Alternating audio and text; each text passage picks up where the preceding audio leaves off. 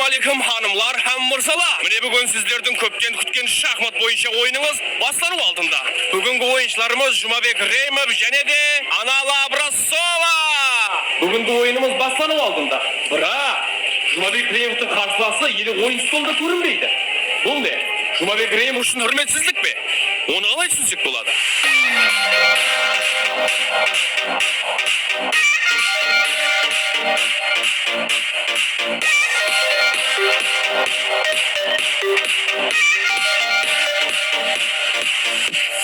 Harakteri şahsı kız, harakteri şahsı kız, harakteri şahsı kız, harakteri. Saz gülüm, saçırdım, naz jürez, naz kıldım. Yazmadan, yaz yuva, harakteri zor sensiz. Dünyada çok güzel şananlar, bir su bir yer kitay, aysı bir malan jarası, harakteri zor sensiz. Harakteri şahsı kız, harakteri şahsı kız, harakteri şahsı kız, harakteri.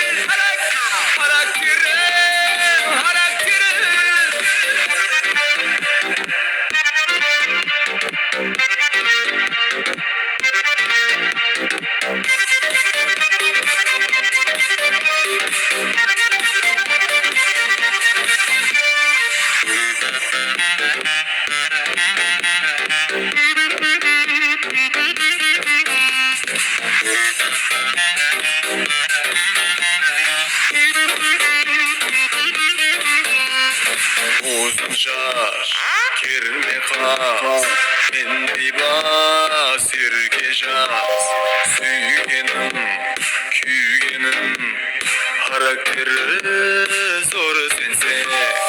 Dünyada çok güzel şananlar, bir su bir yer kitay, aysı bir malan jarası, harakteri zor sense.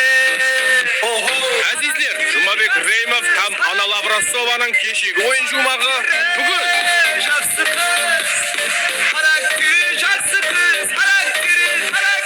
Harakteri